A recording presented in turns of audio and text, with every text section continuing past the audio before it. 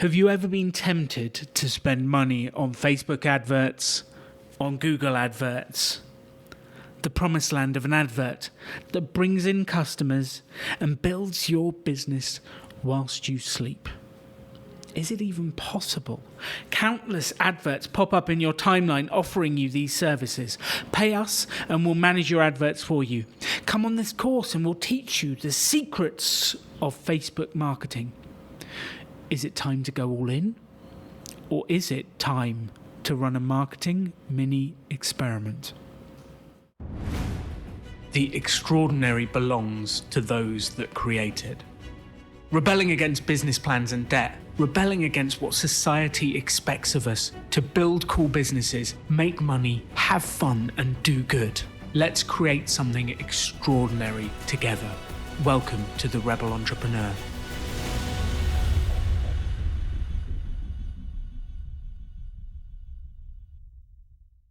Adam from Craftbox Club, he's back.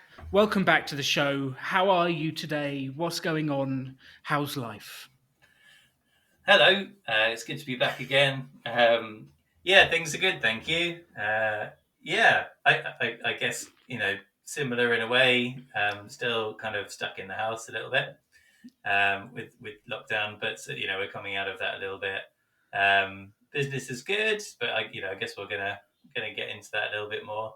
And life's pretty chilled. It's good, yeah. Excellent. Yeah, because it's the 21st of April, 2021 as we record this, and lockdown is easing in the UK. And that was probably the most British welcome you will ever hear to a show where Adam goes, hello. I think that was the most British. Hello. I thought I was a stereotypical Brit, Adam, but I think you've just nailed me there. It's my thing. British gent or something, I don't know. So, yes, the last episode we were talking about, you had a huge amount of projects to do, you had a huge amount of ideas, and I was stretching you and pushing you on the marketing ideas, which was, I think, a little bit uncomfortable at the time. I'm going to say we were getting uncomfortable, yeah. Well, I keep repeating to everyone, everything you want in life is outside your comfort zone. Otherwise, you'd already have it. And the more I repeat it, the more I think about it in my own life and wonder where I'm uncomfortable and where I need to push myself. And coaching other people is sometimes the easy bit. Applying it in your own life is the challenging bit. So what's happened since that last bit? You had a huge amount of marketing ideas, like sales had gone really well over the Christmas period. You were looking after your customers. Like, what has happened since? So where I am is that I had all those sales over Christmas, and that really allowed me to get a bit more professional with the business, and make improve the product a little bit. Get to know the customers more and what they were after, and look after them as well.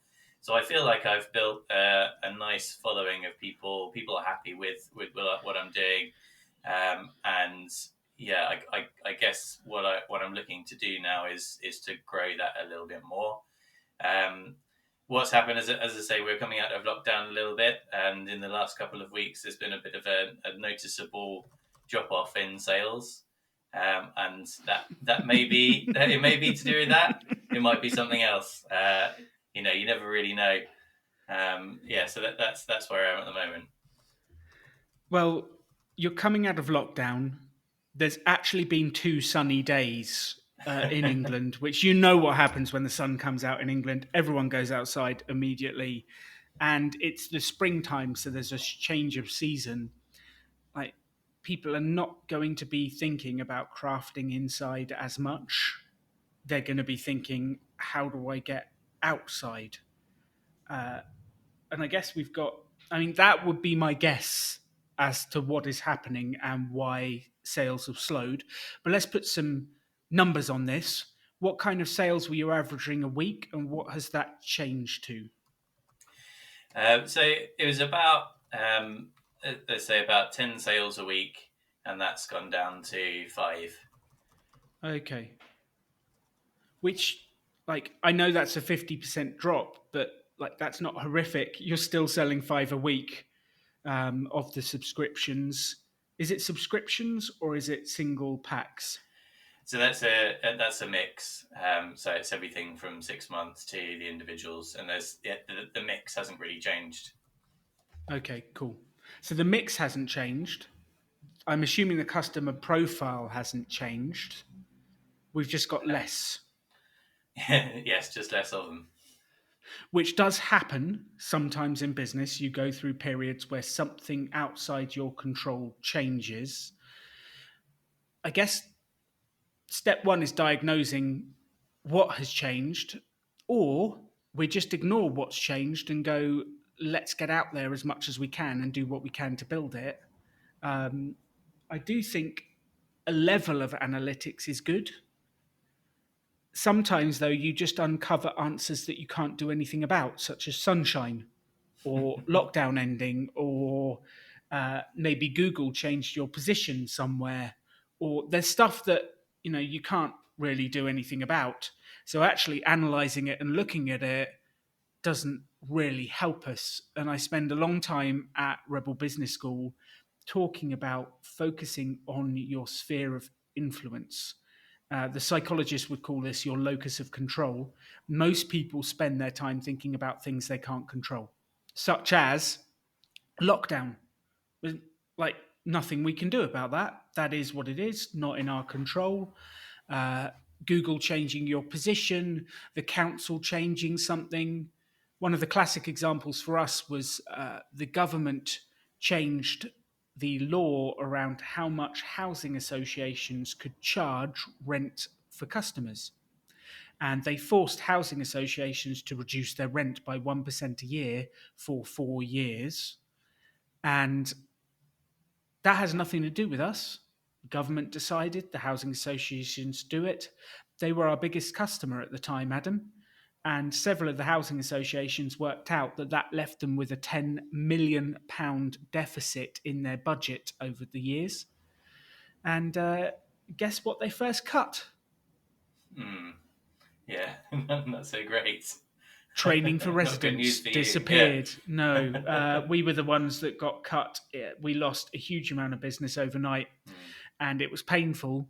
And I allowed myself half a day to whinge about it, and I allowed myself a little bit of time to get angry at the government. But if I get stuck in anger at the government, like, some people get stuck there for a long time, Adam. Like, something happens to them and they're angry about it and they're stuck there for a long time.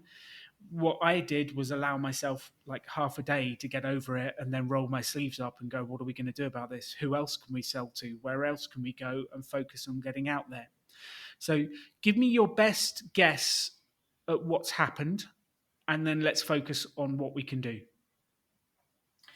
Yeah, so I'm assuming that because it's got a bit sunnier and people are allowed to get out there and go to the bigger shops, that people are not shopping online as much in general, and then are not wanting to craft as much. I would say that's our best guess. Let's move on quickly, which brings us on to last time we came up with a huge amount of ideas of marketing. And since our talk, you won't have heard this episode yet. If you're listening to this, you will have just heard it. There's an episode called Marketing Mini Experiments, which is a new concept I've come up with. And actually, I was speaking to the podcast manager, Patrick, who helps me put together the Rebel Entrepreneur. And we were talking about how to promote it. And I said, well, why don't we hire some different people on People Per Hour, Fiverr, Upwork? We'll hire a bunch of contractors and we'll do a test. We'll give them each a different episode of the podcast and see which one does best. So we did this marketing mini experiment where we actually chose 4 contractors and we gave one episode to Patrick and I to see if we could beat the contractors. We spent about $60. It was roughly $60 on each contractor. So we had 4. So that's $240. So it's quite an expensive experiment in some ways, but I was willing to play to see what happened. and I can expense it because it was on the podcast and promotion. So we did this marketing experiment to see which marketing methods worked best. Was it advertising on a different person's podcast? Was it getting into the Facebook groups? Was it me sharing stuff online and speaking to people? What actually worked best? And the concept is run a marketing mini experiment. If you don't know what moves the needle on your sales, let's pick three different ways of doing it, do an experiment, and then check back in 2 weeks and go, which one increased traffic to the website the most? Which one converted to customers the most? Which one brought in the most pounds or dollars per pound or dollar spent? And then that's the second bit, which is reviewing the metrics. Does that make sense? Yeah, absolutely. So if we get really geeky about this, we can do a test. We can do a marketing mini experiment. We can see what works. We can do some yourself, spend some money on some stuff, have some fun with it, and just see where it goes. And I don't like spending money when you're starting a business. There's always a way to get out and get customers without spending money. Your business has actually grown significantly, and there does come a stage where it's worth having a test of some of these different paid services. And it all depends on where you are with your business. And I think I have a feeling of nervousness recommending some of this stuff, because one of the Reading events, the one before you came to, Adam, we had a lady come into the Reading event and she said, I've been spending on Facebook ads and it's been doing nothing. And we opened up her laptop, we had a look at her settings, and Facebook were taking her money for these adverts at a price of £50 a week. And they had been for nearly a year. And she had her Facebook page set to private. Blimey. So she'd spent a lot of money with Facebook ads and it hadn't gone anywhere. And she was not measuring the impact. She was just going, this is a quick answer. So I'm always a little bit I'm always a little bit reticent to say spend money. But there does come a stage where your business has grown and you're looking to scale and you can't do it all yourself and you need to have a test. So what do you think about the idea of marketing mini experiments? Where are you in your head with all this? Have you already been running mini experiments? What's going on?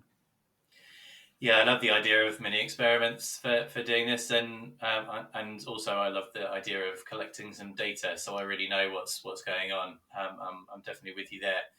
I think where I've been so far doing experiments is, I guess since I started the business, I've been doing little experiments on Facebook with Facebook ads, and I've never had any success, so I've stopped them very quickly. I wasn't entirely sure what was going wrong, but I've done a ton more research since, and I still feel like there's a huge amount of potential in running them. So I'd like to give that a go. I can think of a couple of other ideas as well for mini experiments as well, which perhaps we should do, and we can compare. Tell me your ideas. You know I love a good idea, Adam. Come on, hit me with the ideas. I'm teasing you. I know. Don't tease me. Yeah, so I mean, there's other ways to spend that add money on Google Ads, for example. That would be a way forwards. I'm still coming up reasonably well on Google, so I'm not hugely excited by that idea. I'd maybe move up a couple of spaces, but on my keywords, I still feel like I'm doing okay. But it's worth a go to see whether it makes a difference for a couple of weeks. I'm really keen to talk to. I'm saying influencers, but I think influencers is a specific thing, isn't it? But basically, doing some PR, talking to people who have craft blogs, craft websites, or lifestyle or environmental magazines, that kind of thing, and trying to get features. I'd really like to hit that. So I've started to put together a top list of people that I want to engage with on that. But I haven't started down that path. And with that one, I'm trying to work out, whether to go for really huge national papers, or to target the very small ones, or somewhere in between, or all of them, or whatever. Um, so that's where I've got to on the ideas front so far. Perfect. So we have kind of three main ideas here: Facebook adverts, Google adverts, and then talking to influencers. They're the three main ideas. Yes. Are there any others lurking around at the back of your brain that you want to just toss out for the moment? Is there anything else just like, oh, maybe I'll try that? Well, nothing that's completely new. So I sort of I spend time sort of messing about with a few other ideas a lot of the time. So I've just set up a Facebook group for eco crafting, and I'd like to. So it's not specific to the business. It's for other people to share eco crafting ideas, but to get a community of people who are interested in the sorts of things that I'm trying to promote. I'm also engaging with other Facebook groups as well, but I'm not doing that in a very sort of systematic way. It's a bit random, so I feel like I could do a better job of that. We've talked before about doing more stuff in real life, and that's always in the back of my mind as well. Yes. What do you mean by hashtag IRL? Hashtag real life. So that's getting out and doing live workshops, and that might be the thing that I'd be setting, or it might just be doing mini workshops as promotion for the kind of existing online subscriptions. That's interesting. Well, here's okay, so I think we got three main ideas at the top: Facebook adverts, Google adverts, and talk to influencers. We've got the Facebook group stuff, which you've been doing. We can get systematic about that. And maybe actually what we'll do for another episode is come back. Let's look at finding a Facebook expert that can work with us on that stuff. I think the in real life promotion sounds really interesting. And there's one specifically that you said, like, my brain always goes, what's actionable now, Adam? What can we actually do? And with the regulations moving, lockdown easing, there's no reason why you couldn't do a crafting in the park. Do a mini workshop, literally just take an hour of your time and do a crafting in the park and give it away to your audience and see who shows up. It's socially distanced. There are days of sunshine in England, contrary to everyone listening's belief. Occasionally we have nice weather, and that's a huge way to engage people. And it'll be interesting to see if you can say to people, bring your family, bring your friends, bring this, bring that, and see if that leads to new sales and spreading the message. Then you've actually, I would put that idea on the list. I know it's not my business. What do you think of that idea of a mini crafting in the park?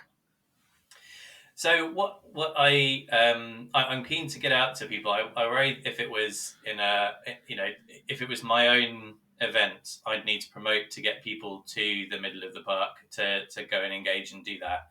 What I'd like to go and do is go to where people are already. So there's a few cafes which have got outdoor space around here, and try and sort of engage people while they're there. So I don't have to promote it. I'm just there, and if people are interested in crafting, then they can just easily get involved. I feel like I've done a few things where I've been sort of standing in the middle of the park on my own. Well, I guess my question is, why does it have to be either or? It's not binary, because there's no reason why you can't say, I'm going to be in the cafe, or not in the cafe, outside the cafe for these hours. You can promote it to your audience to come and visit you. You can put it on Facebook, which the cafe will love because you're bringing people in to buy cake and tea whilst they craft. And you can then engage people whilst they're there. Why does it have to be binary? Why is it either or? I guess it's just it's where to spend the time and the energy, and yeah, I just feel like if it's going to be if it's a place where people are already, then it means it's going to be much more efficient to get people along. That's all. Yes. Uh, can you not do both? As in the park and the cafe. No, as in the cafe, but like invite people and go to where people are. Oh yeah, for sure. So Yes, I'm with you. yeah, Yeah, I love it. yes, because you don't have to like just go to people where they are and sit there waiting. Like if you're going to be there anyway, Hmm. it's quite an easy fix to send it to your email list, do a Facebook post or a tweet, and go there and engage people there. Like it doesn't have to be either or, it can be both. And me personally, it doesn't feel like a huge amount of work extra to give something free to your list saying I'm there. There's going to be a crafting mini workshop if you want to come and hang out for a tea and a cake. Yeah, yeah, Come and definitely. hang Yeah, out. yeah, makes sense. It's on the list. Perfect. Okay, it's number 4. Number 4 is the hashtag IRL Cafe Mini Workshop. Perfect. We have a lot of mini things. We've got a mini experiment, a mini workshop. We've got a lot of mini things. Okay, so we're going to test Facebook ads, Google ads, influencers, and the mini workshop. There are 4 marketing methods we're going to have a go with over the next however long. And then let's test to see what actually happens. Because I think this is really interesting because Facebook and Google ads, like, we can actually use a similar advert on both, put a similar budget on both, Yeah, and then measure with Google Analytics which one drives more traffic and which one drives more sales. That's a really, really neat experiment. Like if we put a £50 budget or whatever your budget is into each and see which one works better, that is a really neat experiment. I think the influence is fascinating. And maybe what we do is we get you to send, and we can craft an email, and you send 1 email, 2 emails a day. And then let's just see, okay, so we've sent 2 emails a day. They take me 20 minutes to do. I've spent X number of hours over 2 weeks. Did I get any responses? What happens? And I think that would be interesting. I think the one that's more difficult to measure in a way is the mini workshop. However, you can set a date for that. We can do the promotion, as in share it to the list, do the Facebook bits, set the date for it, and then we can measure traffic. When you do the promotion, does that increase traffic and sales? Because some people might look at the advert, look at your Facebook post, come to the website and go, I can't go to the mini workshop, but I'm interested in having the kit at home. And then at the time you do the workshop, did it increase traffic to the website? Did it increase sales? Because all of your sales are pretty much done online, aren't they? yeah, yeah, absolutely done online. I can also attach an offer code to the different from different sources of marketing, and then I can track it that way. That's perfect. That's perfect. I see a plan. I see a plan. Are you happy with the plan? Is there anything that makes you nervous or makes you think this is not the way I want to go?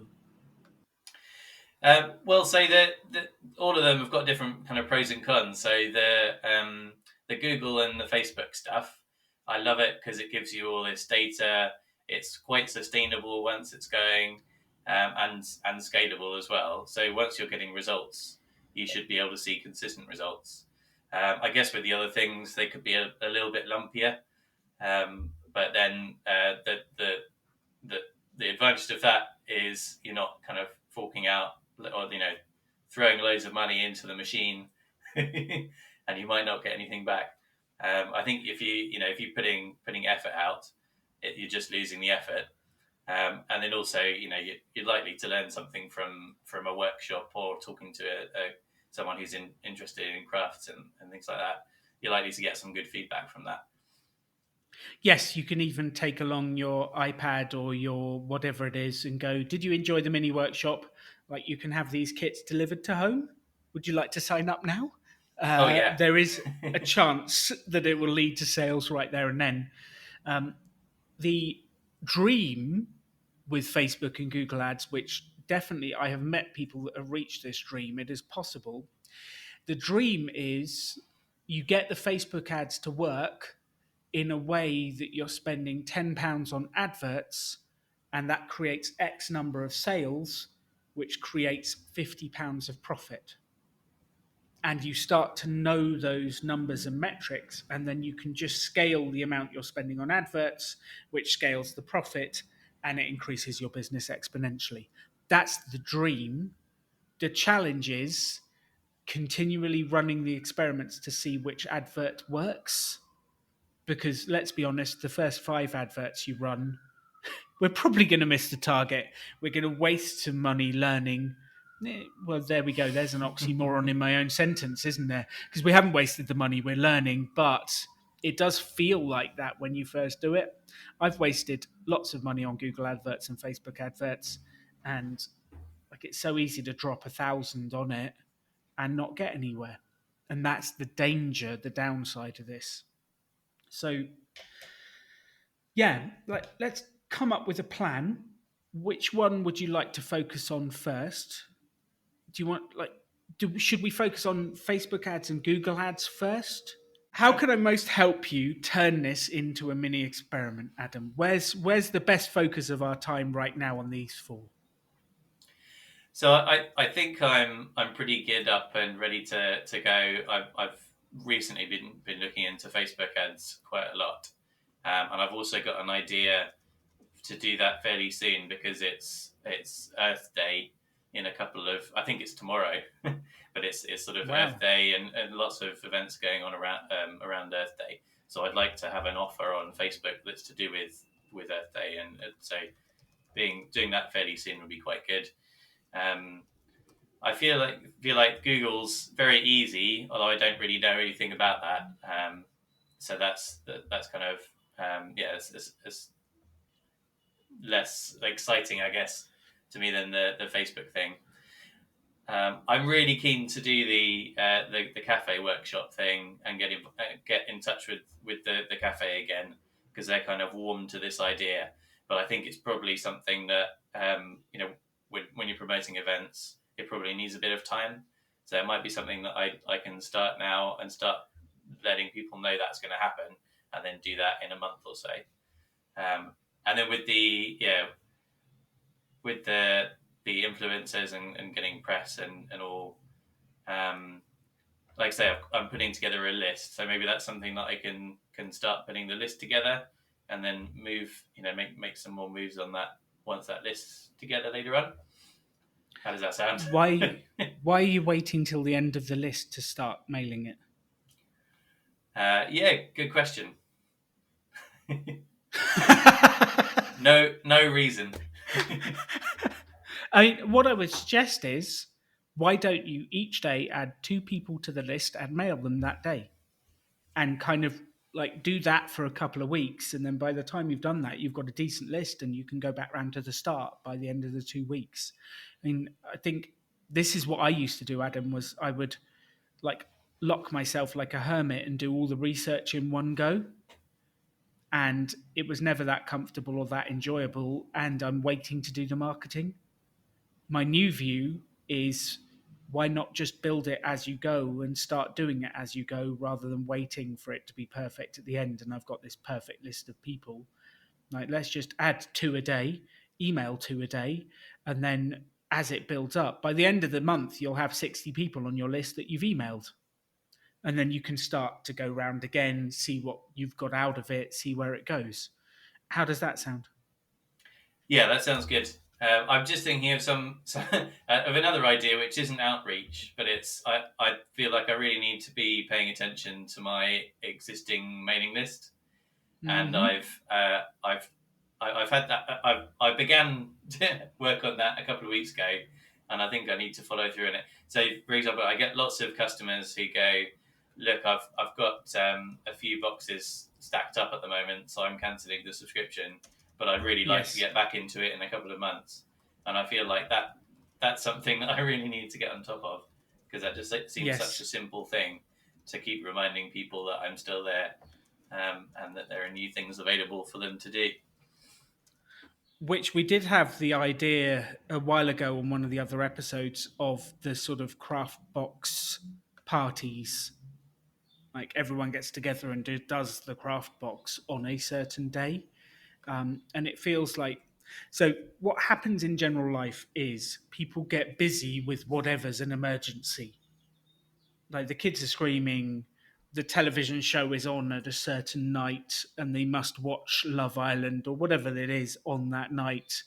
There's friends to talk to, there's the weekly games night. All of those things are important and in your face. And your craft box arrives and then sits on the shelf and it's not shouting for attention. It doesn't have a deadline. It doesn't have something that says I must be done. And then they get busy with normal life, and then the next month's one arrives. And then they get busy with normal life, and the third one arrives, and they go, oh, I've got 3 stacked up to do. I don't need any more yet. I haven't even got time to do these. And it's not that they haven't got time. That's rubbish. They do have time. They've got distracted with other stuff that is screaming at them saying, do me, spend time with me. Television is amazing at doing that. Mobile phones are incredible. They flash at you going, watch YouTube, go on Facebook. They literally like are shouting at people, telling them to use them. We haven't yet installed that in your craft boxes where they sit on the shelf and randomly flash saying, use me, use me. If we could do that, that would be amazing. I rigged them to explode after a month or something.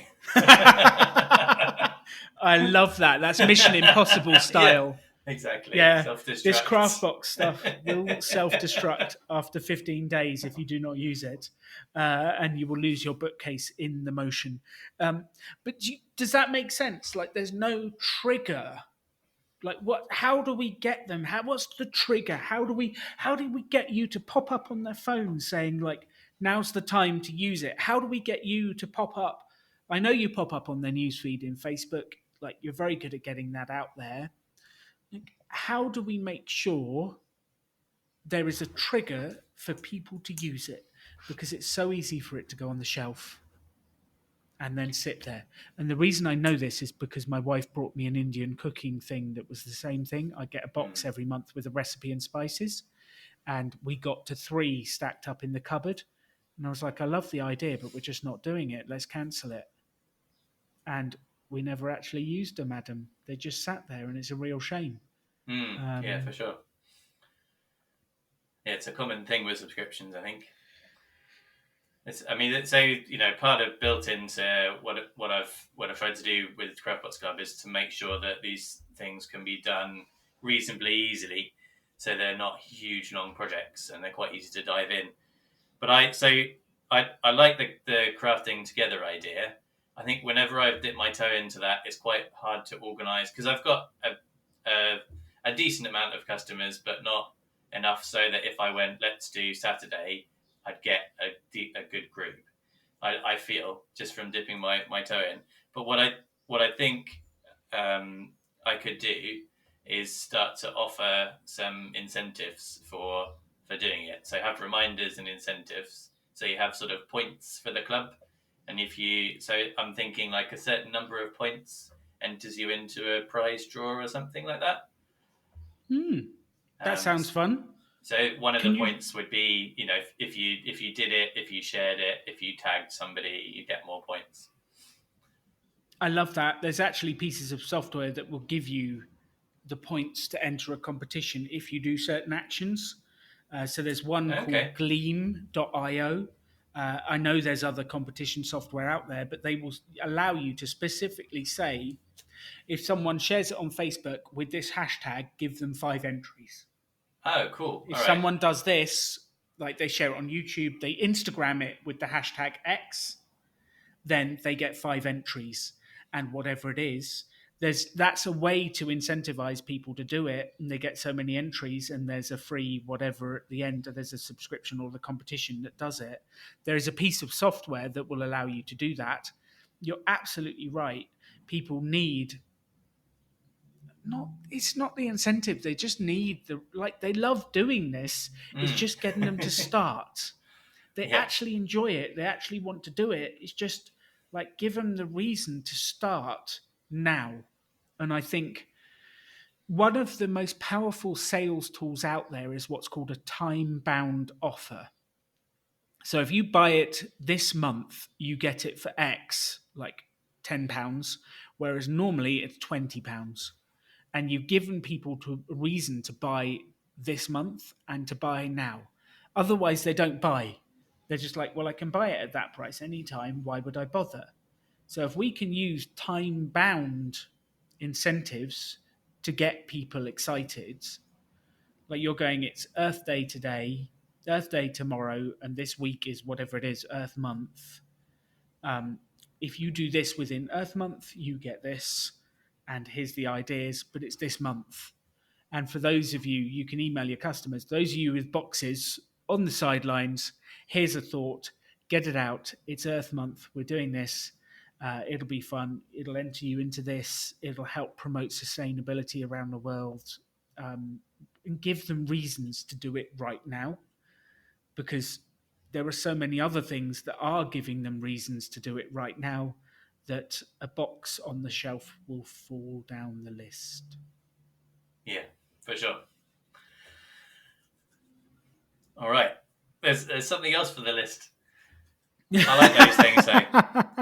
I think that's very they're very easy to action ideas.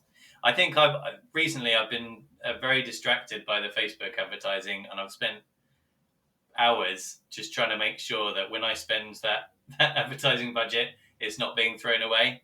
And I've probably given a bit too much time to that rather than these things that, I don't know, that seems like lower hanging fruit to do that, especially if there's this bit of software to collect everything. I love that's out there, because I do worry that I'll miss somebody tagging something and then they won't get the point, and that's just not fair. So yeah, I'll definitely have a look at that. I mean, you can go old school and say the way to enter is to email me a picture of you doing it.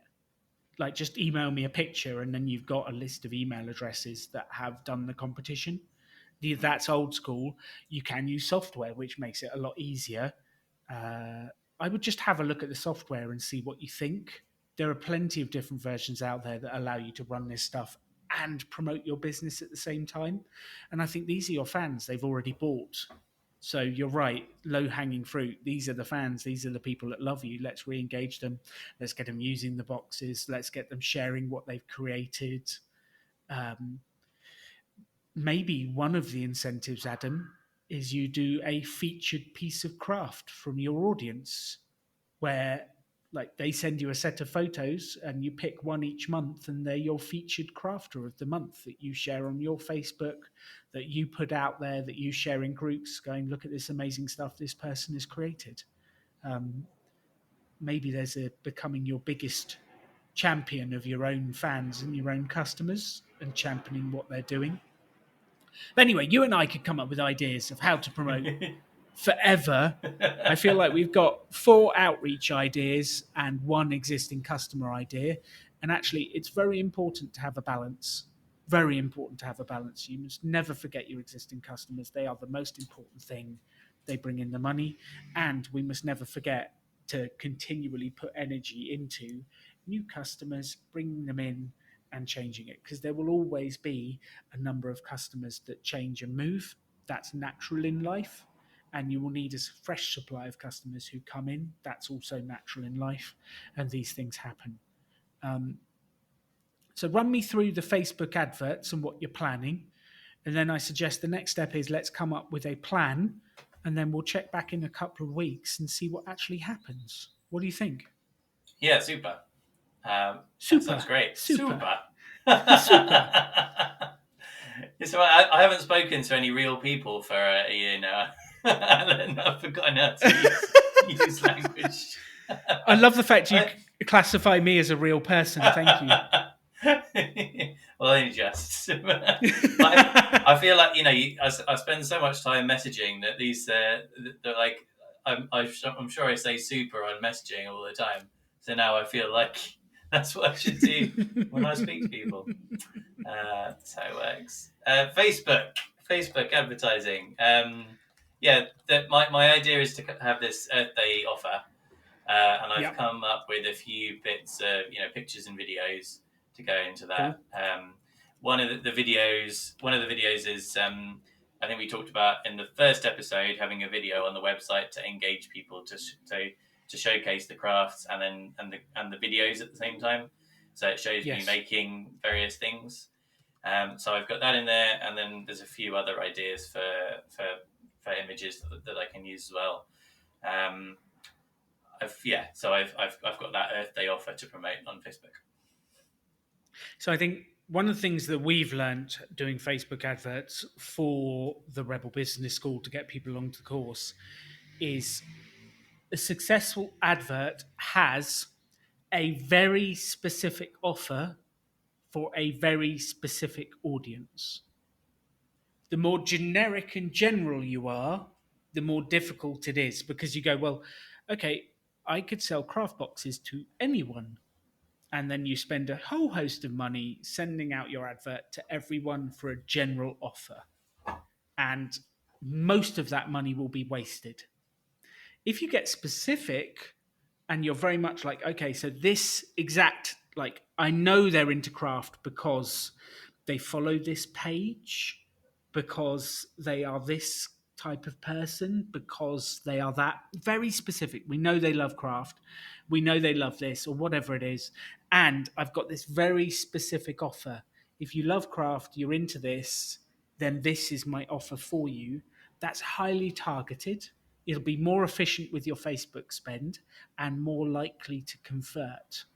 So, what I want to know from you is, who specifically are we targeting and what are we going to offer them?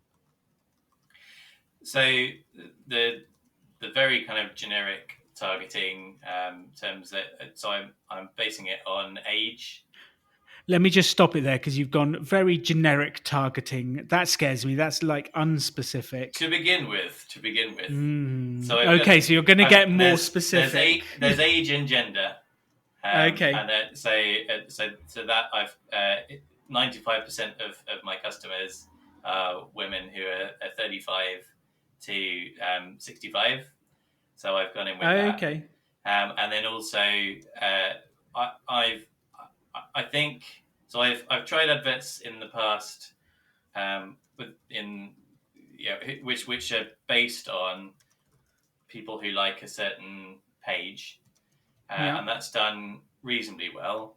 But I feel like now that I've got a good amount of people visiting the website and a good customer list, I'm thinking of basing. So there's this Facebook thing called a lookalike audience. So having a lookalike audience around my existing customers, and then also having the advert retarget my website visitors. I love that. Yes. So you've set up the Facebook pixel on your website and you've been gathering data for a while. Yeah. Perfect. So please, just for the audience, tell us, what is the Facebook pixel and how does this work? So the Facebook pixel is a bit of code that you can put on your website, which relays data back to Facebook, so it knows who's been to your page, as I understand it. Yes, Big Brother is watching what websites you're visiting. But for us as business people and marketeers, this is really useful because Facebook can see if someone visits your website and they're a Facebook user, they can marry those things up and go, okay, this type of person is already visiting Adam's website. And so we can find him more people like that. That makes it really easy because then Facebook's taking a lot of the pressure off you and finding you an audience like that. So I think that's a fabulous, fabulous way to start. And the retargeting is, I'm sure you've all experienced this listening to this. You visit a website, you look at a product, and then the next 5 websites you visit, there are adverts selling you the thing you just looked at. Sometimes it's annoying. Sometimes it's like, oh yeah, I did mean to buy that, and you go back and buy it, and it works. Like, people would not be spending money if it doesn't work. Like, they would not be doing it. It works. I actually had a customer 2 weeks ago who emailed me saying, "Where's my craft box?" And I said, "You haven't you haven't ordered a craft box," and they just hadn't pressed that button. So it is it's annoying if it's not something that you're after, but if it's the product that you've been looking at, then yeah, I find it quite helpful. Absolutely. I had exactly the same experience this week with the Rebel Finance School. My wife and I are running. A lady emailed and said, "I'm not getting the emails to your course. I've signed up." And I checked and she hadn't signed up. She'd just seen it. So I stuck her email address in and now she is signed up. Yeah. Cool. So we've got that. So we've actually got a really good target audience based on people that are already visiting your website, which you're pretty comfortable the people already visiting your website. That's 5 of them are buying a week. How many people visit your website for 5 purchases? Oh, I don't have. So I've got to do maths here. I hate doing maths. I've got it. So I've got it for every month, and I'm sure everyone listening to this is going to be going, "This is so obvious." So it's about 2,000 a month for. So it's about what's 400 that a for week. 20? Yeah, 420 a week, something like that. 450 There you a go. week. There's 4.2 weeks on average per month. So 420 to get 5 customers. That's interesting. If we can scale that with Facebook and those numbers stick, it'll be interesting to see whether that's possible, profitable. So if we drive traffic through Facebook, how much does it cost to get 420 people to the website? And then does it still convert to 5 sales a week? And does that make the cost of the adverts profitable? There's some really interesting experimental maths that we can do with this. So what's the experiment you're going to do with this, Adam? How much are you going to put behind it? What are you going to do? And yeah, tell me, how does this work? So the plan was to put £100 behind it and ride it out for as long as that goes. I think that there's. I think I'd look to review it every couple of days and see what the data was telling me, and potentially you can pause either audiences or content. So potentially pausing the bits that didn't work. We've talked about the retargeting and the lookalike audiences. I'm thinking of putting another audience in there, which is more just a bit more generic, but it's to do with people who like crafts rather than people who are specifically visiting my website or like customers, and seeing how that does. And seeing how that does in comparison. So how are you going to be able to manage which one, or how are you going to be able to measure which one actually converts? So the retargeting audience versus the generic crafting audience. How are you going to be able to measure which one? Because you'll just see the traffic coming through on Google Analytics from Facebook. How are you going to be able to test which one?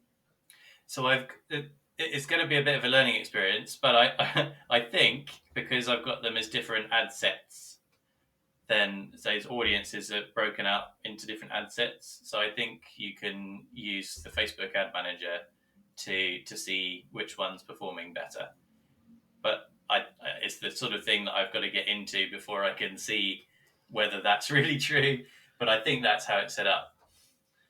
So the question I would have there is, when you say performing better through Facebook, is that performing better in number of people who visit the website or actual purchases at the end?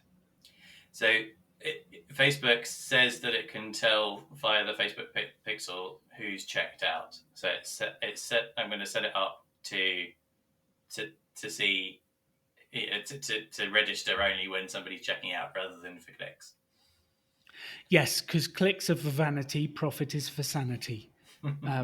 We do like it's great that people are visiting your website, but if no one buys, it doesn't really matter. So we need to find that way of measuring purchases because that and to everyone listening this, that's the final metric is someone buying? Are you making money? Is there profit at the end of it? That's the final bit.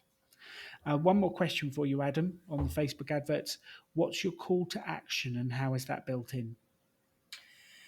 So the way that I'm thinking of structuring it, there's two questions to start with, which are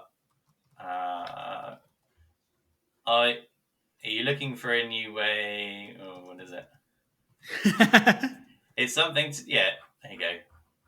I've got it written down somewhere. Right. So it's looking for an easy way to try new crafts, and then the next one's prefer natural materials, packaged plastic free, and then it goes through with an explanation of what Craftbox Club is all about, and then it ends with special offer 4 kits for the price of 3 when you sign up to a 3-month subscription. Okay. This month only. That's the plan. So it's that limited time offer to encourage people. So you've got a to limited time offer, and you've got if you buy it now, you get an upgrade of an extra package. Like this, it sounds like you've really thought this through and spent a lot of time on it. I think you're ready to experiment, and actually, so you don't have to test all of these ideas at once. Like you can do mini experiments one after the other, and then come back and go, what did I enjoy? What did I learn? And maybe there's just like maybe we just run the Facebook advert for 2 weeks and do the influencer bit for 2 weeks, like 2 emails a day, and then we come back and see how they do, and then we can test the cafe workshop or the Google adverts. Because I guess the question is like, how much time have you got to put into this? How much bandwidth have you got? Because if you're spending half an hour a day on Facebook adverts and half an hour a day on the influencer stuff, suddenly that's an hour a day and you're trying to look after the customers and do all the other stuff you're doing. That gets quite busy in life quite quickly, Adam. So how much time do you have to put in and where do you think you want to focus to start with? So I think I've probably got a day a week to work on this. I might be being naive, but I feel like once the Facebook advert's running, having a look at the analytics and managing that for a couple of weeks probably won't take a huge amount of time. The results is there's only a certain amount of tinkering you can do once it's going, and you kind of have to let it do its thing, I think. So then I should have the rest of that day a week to do the rest of it. Cool. Excellent. Right. I'm going to ask you the closing question. What are you committing to? We'll set a date right now so that we can speak in 2 weeks' time and do the sort of what are the results of this experiment. What are you committing to doing for the next 2 weeks, Adam? So I'm going to run a Facebook advert and have a look at the results. I'm going to start talking to some influencers. So let's say 4. Ooh, 4 a day or not 4 a day. 4 by next time. Well, so it'll be what would that be? You want to do 4 in 2 weeks? You want to do two a day? Oh, two a day that I'm in working 2 on weeks. Oh, 2 a day that you're working on it. Come on, surely you could do one more? a morning. You could find a few minutes a day. I guess once I put that email together, like it's that's not so bad. Can I go with 1 a day?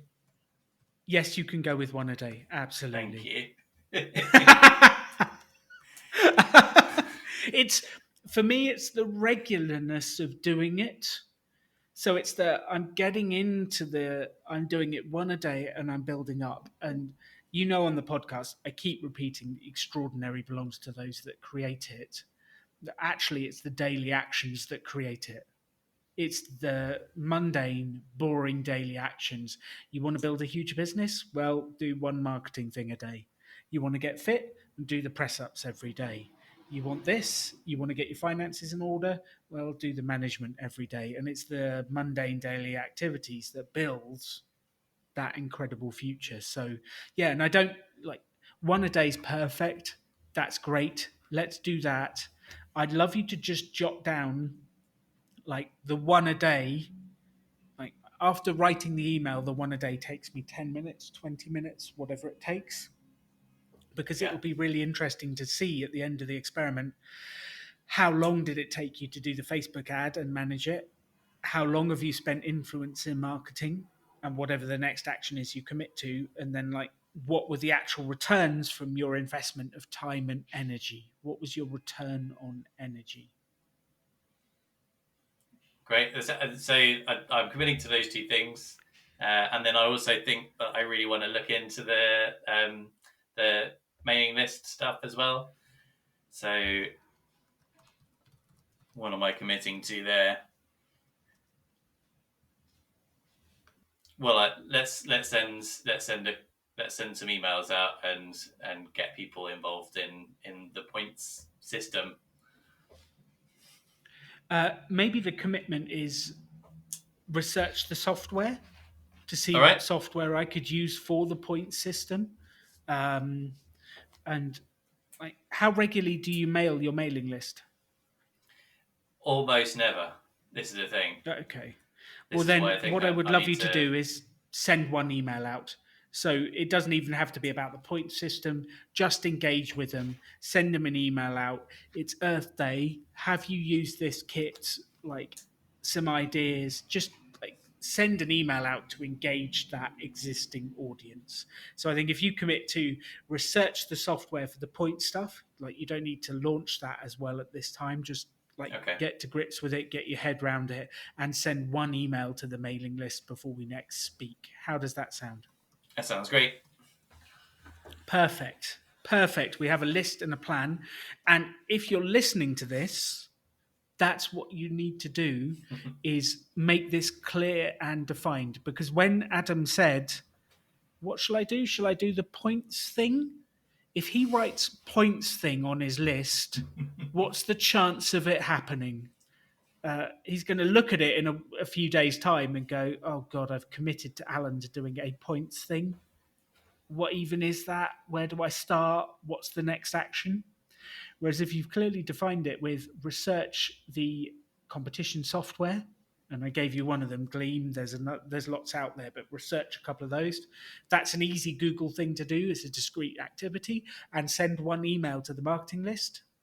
I almost felt your relief is like, I can do that. Yeah, I can put a tick against that. Exactly. And if you make it small enough that you can actually take action, if anything ends up on your list that's undefined, it'll remain on your list until it gets defined. And defining these things really help. So if you're listening to this right now, make a list of 3, 4 things that you're going to commit to testing for marketing over the next 2 weeks, and then do them, and then measure the results. And that's what we're going to do. We're going to come back in 2 weeks' time. We're going to look at what happened for Adam. We're going to have a discussion about the Facebook ad, the influencers, the researching the competition software, and the one email to the mailing list, and see what produced results or not. And that will then help us to work out where to go next. And life is basically a bunch of mini experiments. Work out what works, drop what doesn't, and do more of what goes on. That's brilliant. Thank you very much. Any closing thoughts for the audience, Adam? I'm terrible at closing thoughts, Alan. Well, you can always leave that to me. I always ask you. I never know whether you're going to have one. Yeah, there are always so many thoughts. I think let's say it's really, like you said, it's really important to have that list, because I come out of our chats and just there's so many thoughts going on that I'm glad that I've got my Harry Potter notebook, and I've got some points and some actions that I need to take. I love that. So if you're listening to this now, write some stuff down, take some actions, make it specific, make it happen. The extraordinary belongs to those that create it. And the creation process is the daily activities. Go make it happen. You can have any life you want to. Choose to build something cool. Choose to take action. Choose to work to make your dreams become reality. Stand out. Be different. Be yourself. Be a rebel entrepreneur.